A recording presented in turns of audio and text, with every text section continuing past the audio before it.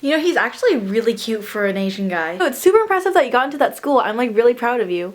But is like affirmative action still a thing? No homo though. Wait, where are you from again? There's an unidentifiable black man at my door and I'm too afraid to go open it, so I'm just gonna stay over here. Oh, you believe in God? Wow, your English is so good. Honestly, like most homeless people though, like I want to give them money, but they're probably all on drugs. She needs extra time to do her test. I'm not being racist, I just don't find black guys attractive.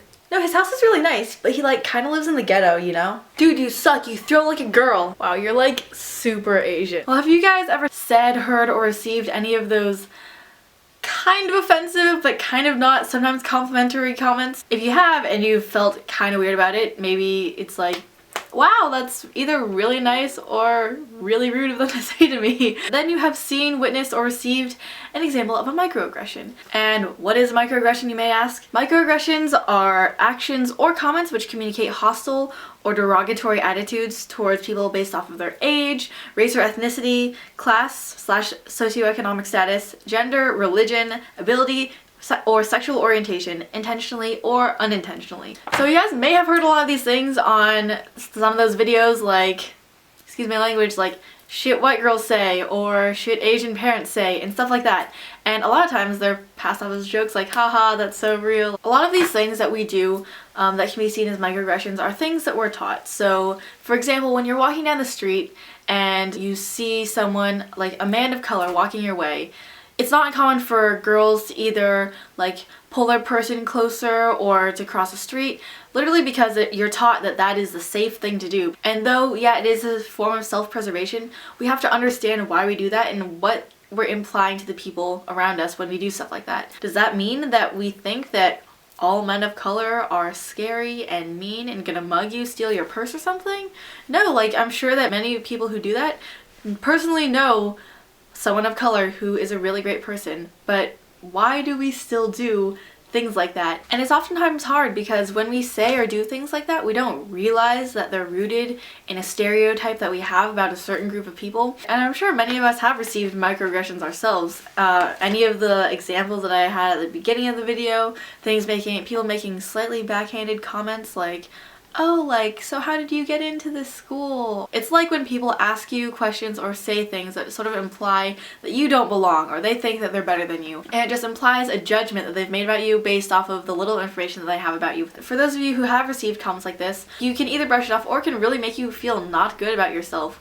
When you feel like someone is assuming things about you or suggesting that you're lesser than them, it feels really sucky. And it just points back to this like long history of these negative stereotypes we have about people based off of anything. I know a lot of the examples I gave were pertaining to race, but things like social status, physical or mental or emotional ability, your age, your gender, anything like that. And we don't like to consider ourselves sexist, racist, but those stereotypes and the prejudices that are so embedded into our society can come out in these ways that are potentially equally destructive as straight up calling someone something negative. And it's hard. I know there are some of the examples I might have said don't necessarily sound negative. For example, when you say to a person of color, wow, you're so articulate, maybe you just mean that they're really articulate and you're super impressed by their ability to express themselves through words. But because of the implications of their skin color, they can be perceived in a negative way, being like, if I were white, would they have still given me that compliment because it would have been expected that I was already articulate? Do they expect less of me because of my ethnicity or my background? It's really hard to judge. You know, we don't want to say that you should stop making certain compliments to people because they could take it in a negative way. But I think it's super important that we realize the implications of things we say and how they can be perceived by the people who receive them or who are around us. Personally, I've always been the kind of person that's like, oh, whatever, like, you don't need to be so sensitive, just brush it off, like, maybe it was a joke or something like that. But I do think it's important, and I've realized recently that even though it is good to not always be offended and get super angry at people when they say something that could maybe be interpreted as somewhat offensive, there's a line that needs to be drawn, and it's really hard to distinguish that line. But after a certain point, there are certain times when it is important to stand up for yourself and call someone out on something. Like, why did you do that? Why did I do that? And what is it that we're being taught about people that look or act differently from us that is causing us to think negatively of them?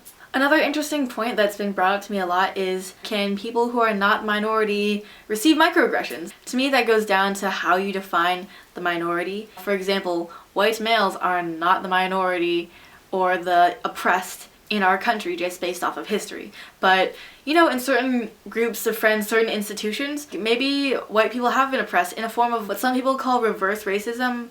I don't know, I sort of just think it's still racism because it's prejudice based off of race or ethnicity, but you know, like definitions, these are things that we're just making up. Personally, I feel like people can make these same microaggressions against people who are not nationally oppressed. When my friends of color say things like, oh, stupid white boys, like always screwing everything up, or stuff like that, or like, oh, those dumb white girls, even if those don't necessarily fall under the category of racism, it still can hurt people, and you're still just being a dick when you say stuff like that. And all in all, I guess why I decided to make this video was just because I feel like a lot of times people say and do things just without realizing the implications that they have on people. At the end of the day, whether you're talking about the definition of racism, sexism, classism, all of that, it really just comes down to how you treat people and being able to take people for what they are without letting like deep-rooted stereotypes that you've been like born into affect how you treat other people. As I've gone through high school, I've seen particularly how I really hate the idea of someone judging me just because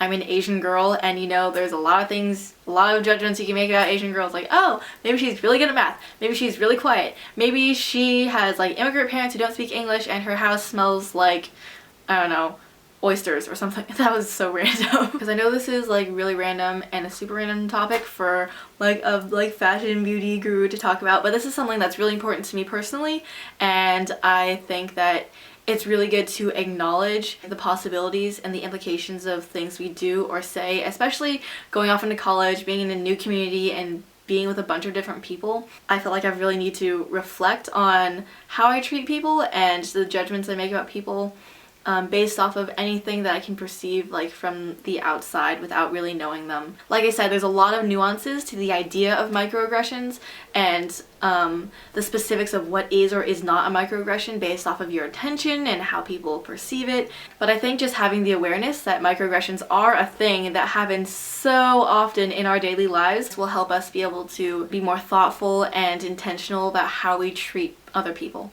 So with this random and rambly video, I hope you guys learned a little something about what microaggressions are, just because it's something that's not always talked about. This was actually inspired by a program at my school that we recently did called Walk with a Purpose. Shout out to the center crew for really spearheading Walk with a Purpose. I think it was really awesome this year, and I think it's just something relevant that I wish that everyone received an education on, just because it's something that's going to be around in our lives for a really long time, whether we realize it or not. I hope you guys found this slightly helpful or interesting. I think it's super interesting to learn about everything that plays into our social interactions, because I really value how I treat people and my effect on people. So, things to consider. Anyways, thank you guys so much for watching. Sorry this is once again really rambly and random, but I just wanted to get it out there that this is just a thing I've been thinking about a lot, and I hope that you guys will take it to heart as well. And I love you. See you guys soon. Peace. Oh, one more quick little thingy thing. I just want to say thank you so much, you guys, for 1,000 subscribers. I hit 1,000 I think on Thursday this week. I am just blown away by you guys and your support. I know that's not a lot in YouTube terms, but to me personally, this is something I never really imagined for this channel. I was just like, yeah, I'm just gonna make some videos and post them on the internet. So I am just thrilled that you guys like these and support me, and I'm so thankful for each and every one of you that makes up that 1,005 right now. I will have a giveaway coming up soon, hopefully, to thank you guys, and I'm just so thankful for everything you've done for me and allowing me to get this far in YouTube and just be able to do something that I really enjoy. So thank you guys. Mwah.